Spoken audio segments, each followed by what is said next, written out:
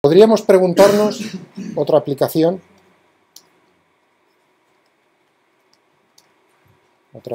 sería hallar la fuerza neta que ejerce un fluido, un flujo, sobre un cuerpo sumergido dentro de él.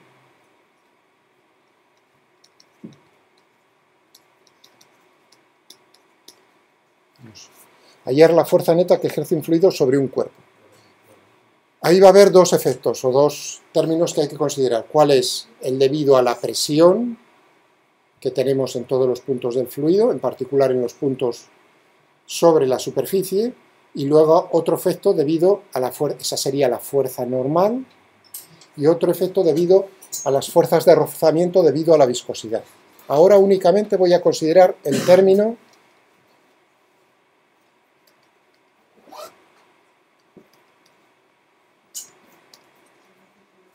a la presión.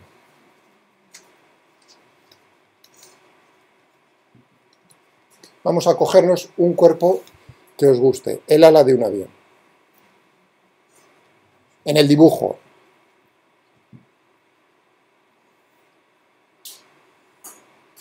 Tengo ahí tridimensional, ¿eh? Estoy haciendo una sección transversal al ala. Y entonces tengo por aquí, ¿no?, el aire. Estas son las líneas de corriente. Nos metemos en un túnel de viento y tenemos esas líneas de corriente. En particular tendremos en cada punto, tendremos una presión, es un campo escalar. Bueno, en estos puntos, en particular en los puntos en contacto con el ala, tendremos que el flujo ejerce una fuerza normal, tendrá una componente normal hacia dentro del cuerpo, que ¿cómo sería? Sería el valor de la presión en ese punto por el área infinitesimal que estoy considerando en ese punto de la superficie, por diferencial de ese. Tiene que ser un vector. Ahí estoy cogiendo únicamente el módulo. ¿Cómo puedo darle el carácter vectorial? Pues sería P por diferencial de S. Con eso ya lo tendría. Únicamente tengo que tener cuidado en que si estoy cogiendo como convenio en ese vector normal hacia afuera, si cojo como convenio el vector normal hacia afuera, pues entonces la fuerza neta, o bueno, la fuerza en ese punto de la superficie será normal a la superficie con este valor. La fuerza neta sobre todo el ala, ¿qué habría que hacer? La integral sobre la superficie cerrada que envuelve el ala de menos P por diferenciales. ¿Se ha entendido? Bien sencillo. Pues vamos a ver otra vez. Esto es la teoría, suena muy bien, está todo claro, ninguna pregunta, está todo claro. Vamos a ver si eso es verdad. Vamos a cogernos como ejemplo, un ejemplo bonito de un flujo real, una aproximación. Vamos a cogernos el flujo de Stokes, o el creeping flow, el del otro día. Voy a abrir el archivo ya directamente, que lo tengo aquí hecho. Pues lo tenía. Necesito primero deciros en qué problema nos encontramos. Vamos a ver. ¿Recordáis? Este es el ejemplo con el que vamos a trabajar hoy como continuación del otro día. Que se llama como creeping flow o flujo de Stokes, Stokes flow. Tenemos una esfera. Tenemos una esfera dentro del fluido. Hacemos se está moviendo de izquierda a derecha, entonces es desviado por la esfera, tiene viscosidad, ese fluido, y bueno, pues vimos cómo eran las líneas de corriente. Hoy os voy a dar cómo es la presión en este caso, en este tipo de flujo. La presión tiene esta expresión, es la presión en el infinito, infinitamente alejado del... Pues que esta esfera tiene radio R, estoy poniendo como origen de coordenadas en el centro de la esfera, entonces va a ser la presión en cualquier punto, por ejemplo, en este punto dentro del fluido, va a ser la presión que tenemos infinitamente alejado de la esfera, va a ser un valor, por igual, cuando estoy infinitamente alejado de la esfera, voy a tener un valor que es lo que denoto aquí como P sub infinito, menos. Claro, según nos vamos acercando a la esfera, de alguna manera tendremos que tener en cuenta las variaciones debido a la presencia de la esfera. Va a ser menos 3 medios por mu es el coeficiente de viscosidad. V infinito es la velocidad en el infinito.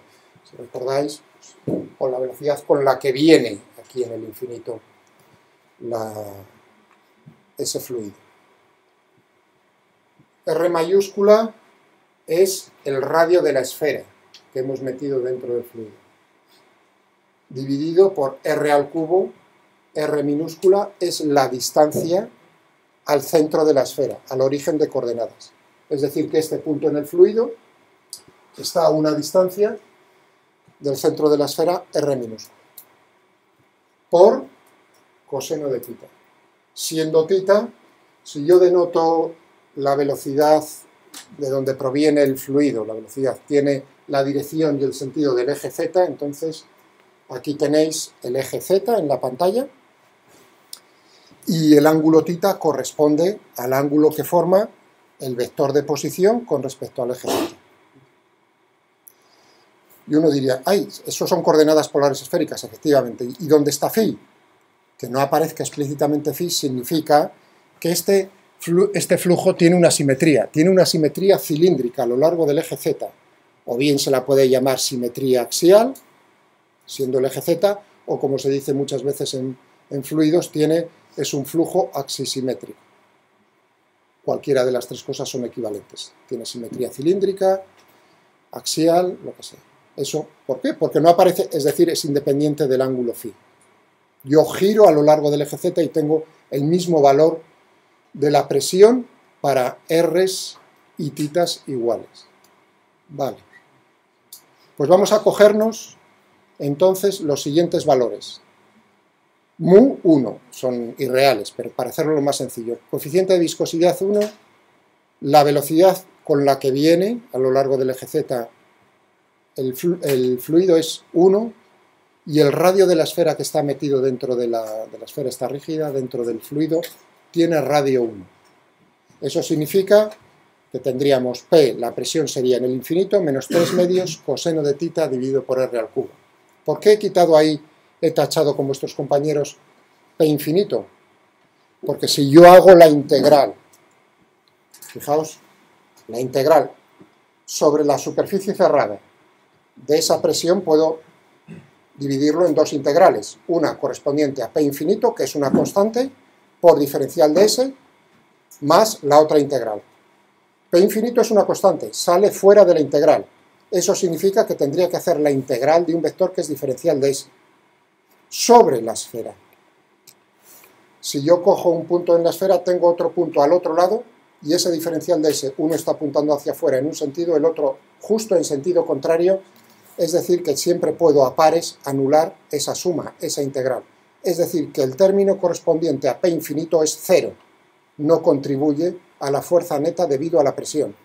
Es decir, que os podéis olvidar de ello. No tenéis que darle ningún valor, no tengo por qué darle ningún valor a P infinito. Únicamente tenéis que calcular cuál es, considerad que es 0, y entonces tenemos que la presión es menos 3 medios coseno de tita R al cubo. Eso sería la presión relativa al infinito. Calculadme cuál es la fuerza neta, por favor, que debido a la presión únicamente sobre la esfera en el flujo de Stokes. Ahí no estamos considerando, repito, no estamos considerando el efecto de la viscosidad, de la fuerza tangencial. Eso en otro momento, otro día. Nos dará tiempo. ¿Se ha entendido lo que os estoy pidiendo? Quiero que calculéis cuál es la fuerza neta debido a la presión en el flujo de Stokes. Cogéis, por favor, el archivo de matemática que os que acabáis de descargar y lo modificáis. No abréis uno nuevo. Es lo más rápido. Este problema se tarda menos de un minuto en resolver. Tenéis primero que tenéis que cambiar en el archivo. Tenéis que cambiar, por supuesto, antes teníamos un anillo achatado, ahora tenéis una esfera. Tendréis que cambiar la parametrización de la superficie cerrada. Y luego, a la hora de hacer la integral, lo que corresponde a este problema, no el flujo, sino hallar la fuerza neta. Por lo tanto, como resultado en el archivo, por favor, un segundo. Quiero ver cuál es la componente X, la componente Y, la componente Z de la fuerza neta. O si alguno quiere trabajar en coordenadas polares esféricas, pues utiliza el tipo de coordenadas que él quiera. Lo quiero ver claramente. Yo os diría, trabajad en cartesianas, que es más fácil. Quiero ver cuál es el valor de la fuerza neta componente X, el valor de la fuerza neta componente Y, el valor de la fuerza neta debido a la presión componente Z.